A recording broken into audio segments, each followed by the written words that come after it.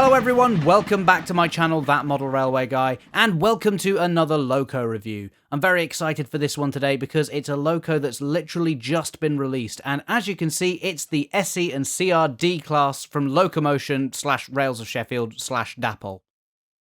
Now, mine is the Locomotion version because I went for the engine that is actually preserved at the Railway Museum, but Rails of Sheffield have also commissioned Dapol to make several other versions of this Loco too.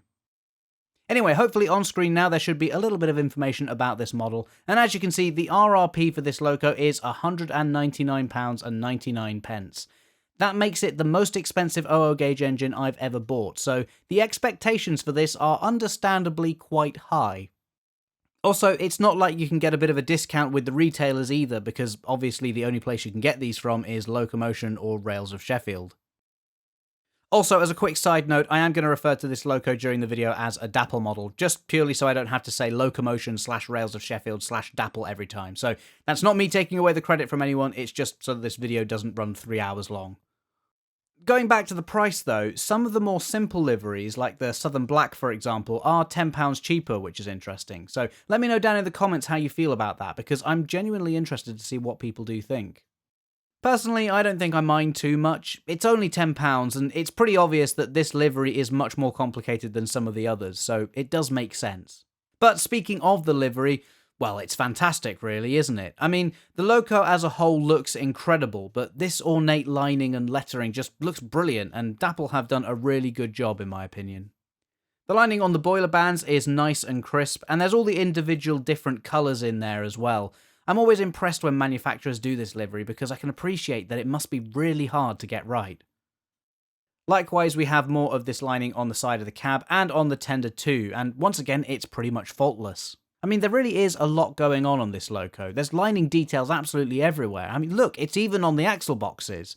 And actually, you can barely see it, but they even have tiny SE&CR lettering moulded onto them as well, which is just really impressive.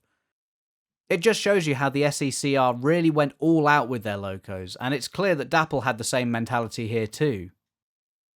Anyway, before I get distracted again, we also have the lovely lettering on the side of the tender here, which, like everything else, looks fantastic. And then on the, I guess these are splashers, but I'm sure someone will correct me in the comments, but we have the SE&CR crest and the number 737, which I have to admit does look a tiny bit wonky to me. It's not too bad here, but on the other side it's a little bit more noticeable, and yeah, I know, it's not a massive issue, but considering the lengths they've gone to with the rest of the livery, you'd think they would have checked something like that. And again, just in case you'd missed it, we do have more of that lining all over the sides of the splashers too. One thing that is a little bit annoying though is that on the front of the cab you can see that the lining just stops here. I believe that's because they weren't able to print over the top of the splashers because of the shape of them. Apparently they would have had to do it in multiple passes, and there was the possibility that it might not align properly, so rather than potentially get it wrong, they just decided to omit it instead. I mean, it's not ideal, but at least there is a reason for it. It still would have been nice though if they could have found a way to disguise it a bit more. I'm not entirely sure what that would be, but the way the lining just ends looks really odd to me. Also, I will say that the top of the splashers do look a bit bare in comparison to the rest of the Loco when you're looking down on it from above, which, let's be honest, is probably the angle we see our models from the most. Anyway, moving on down to the underframe, you can see that there's even more lining here along the side of the footplate. It's on the tender as well, and it's quite complicated here as it goes around all the axle boxes and the wheels, so that's really impressive. This lining is also repeated on the steps of the Loco too, and actually I've just noticed that there's a third kind of lining on the front bogie between the wheels. I mean, that really is fantastic attention to detail there from Dapol. And above that, I've just noticed that we also have a works plate printed on here as well, which again looks really good. I can't tell if it's legible or not, but that gives you an idea of just how small it is.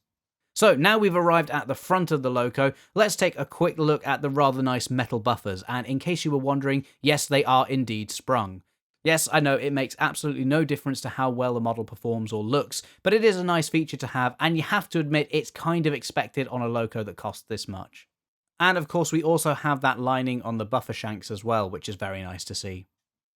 From the front angle you can see it's a nice red buffer beam with yellow lining, and the Loco's number, which again is all very nicely printed. The only thing that I'm not too sure about, to be honest, is the hook. I'm guessing on the prototype that's polished metal, but here it's the only thing that looks a bit plastic to me. I mean, they have painted it in a sort of grey colour, but it doesn't look very metallic, especially when it's sat between the two buffers, which are actually made of metal. It's a similar story with the smokebox dart as well. Don't get me wrong, it's a very nice separately fitted part that looks great, but again, it does look a bit plasticky. We've seen already just how much attention to detail they paid to the rest of the Loco, where here it just seems a bit like they ran out of time. Anyway, while we're looking at the smokebox, I should just quickly mention that this does come off, as it's actually where you can fit a decoder if you want to run this on DCC. Dapol have also provided a little tool in the detailing pack to help you pop it off, and in this bag we also have some separate details to fit, like cab doors and guard irons I think, and some pipes as well.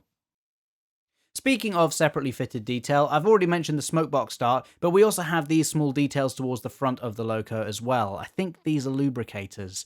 And in the space between the boiler and the underframe, there's also a really good representation of the motion too. And I have to say, I think this is the most detailed one I've ever seen on a model. Looking at the top of the Loco now, you can see we've got a very nice looking funnel. Unfortunately, it's somewhat overshadowed by the brass dome, and I mean, look at how shiny that is. This is actually similar to the direction Hornby went for the dome on their H-Class. Dapol's one is a bit more gold in colour, so I think I prefer the more brass look of the Hornby version, but it's still much better than it being a matte finish in my opinion. This is continued onto the safety valve as well, and the gold effect really mixes nicely with the red and silver of the mechanism here. So yeah, I'm really impressed with that, and it's certainly a Loco that will draw your attention on any layout. And now it's time to show you inside the cab, but to do that I'm actually going to remove the tender so we can have a proper look inside. Now, usually tender engines have a drawbar holding the two parts together along with a load of very delicate wires that span the gap, and it can be a bit complicated to separate the two. Not with the D Class though, as Dapol are using a new sort of push-fit snap connector that incorporates all the wiring into it. So in theory, I just carefully pull these apart and... there we go, yeah, that's really easy to do. And so now I can show you inside the cab, and as you probably expected, there is a lot of detail in here. There's tons of separately fitted details, all painted, all looking fantastic, and it's a good job because this is quite an open cab, even when the tender is connected. Speaking of the tender, there's even more cab detail on that too, with what looks like brake handles and, of course, even more lining. So, now to reattach the two halves, you can see these plugs on the Loco and the tender, and with these lined up, you just push everything together and you'll feel it snap into place. It does seem nice and solid too, so it feels like it'll hold up well over time. And also, thanks to this special tender connection, the gap between the Loco and the tender is really small, which makes it look much more realistic. One thing about the tender though is that the coal load doesn't seem to fit very well. I'm not sure why, it seems like it's all the right dimensions, but it just doesn't slot into place very well. Obviously though, it is removable, and of course Dapol have detailed the inside of the tender as well, so you could just remove it completely and add your own coal instead. Finally, looking at the back of the tender, and again there's more of that wonderful lining that covers the rest of the Loco. Something that does stand out though, literally in this case, is the number plate, and if I show you this from a different angle, you can see there's actually a bit of relief there.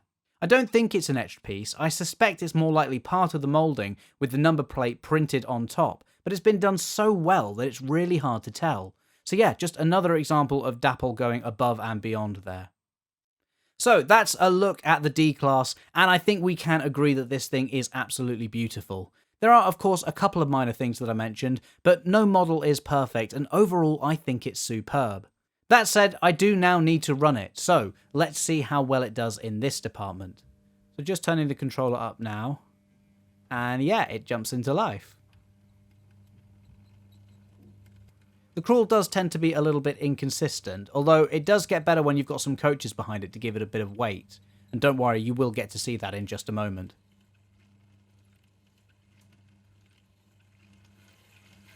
It's running a bit faster now though, and once it's up to speed, it does seem like a nice smooth runner, and it's pretty quiet too. Something that I haven't mentioned yet is that the boiler on this seems to be made of metal, presumably so there's as much weight as possible over the driving wheels.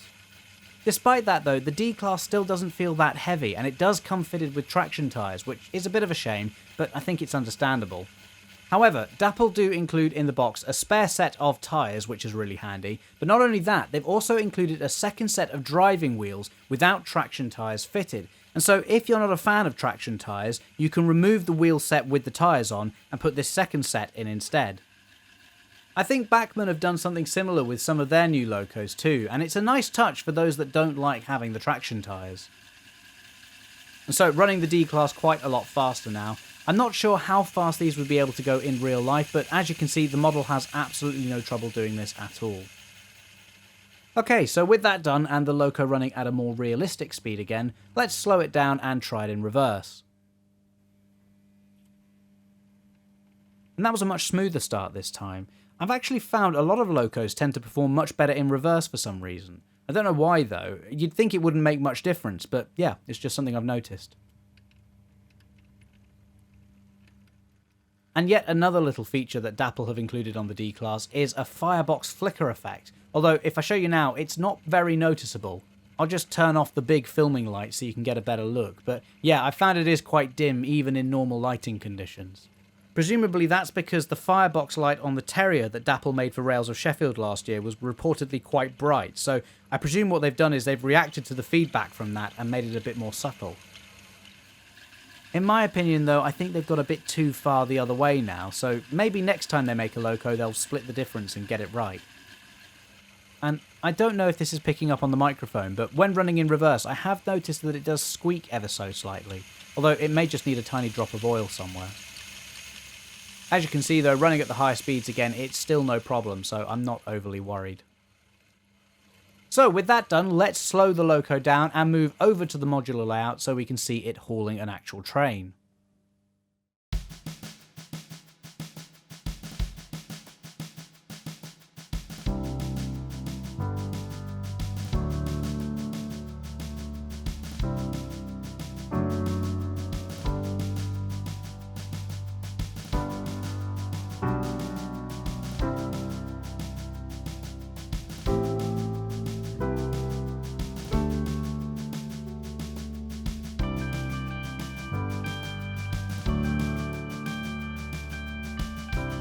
Here comes the D Class now out of the sidings, and as you can see it's having no trouble with the point work at all. And seeing as this is an SE&CR Loco, well naturally I couldn't resist coupling it up to my birdcage coaches from Bachmann.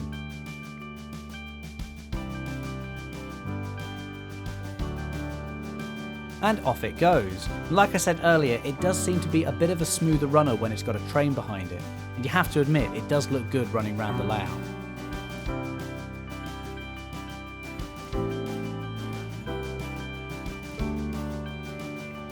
And this is actually making me want to finish off the scenery even more now, because at the moment this layout really isn't doing the Loco justice. So as you can see, the D Class does seem to be quite happy pulling this train round my layout. However, I have noticed that sometimes it will randomly speed up or slow down when you're running it over a long period of time.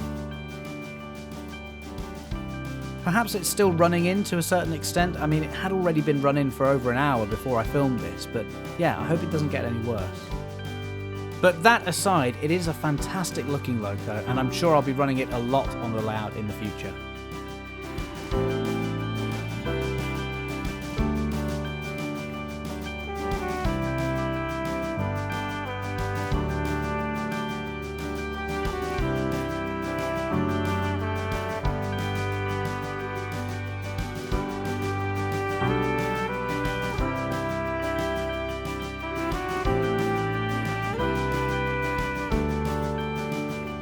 So back at the start of this video I said this is the most expensive engine I have ever bought, and my expectations were quite high.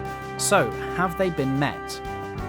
Well, I'd say yes. It's not a perfect Loco, but I think there will always be things that can be improved and worked on, and even then you're still not going to be able to please absolutely everybody.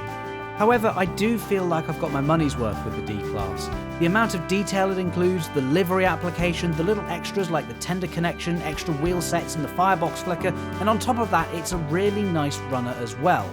Of course, as the prices of Locos get higher and higher, it has to be worth that price to the customer, but I think it's certainly justified here. If anything, I think other manufacturers may have to up their game, because if this is what Dapol are producing for basically 200 quid, when Bachmann and Hornby are releasing new models at a similar price point, well, this is what it's going to be compared to, and I think it's pretty good competition. So a big well done to Dapol, Locomotion and Rails of Sheffield.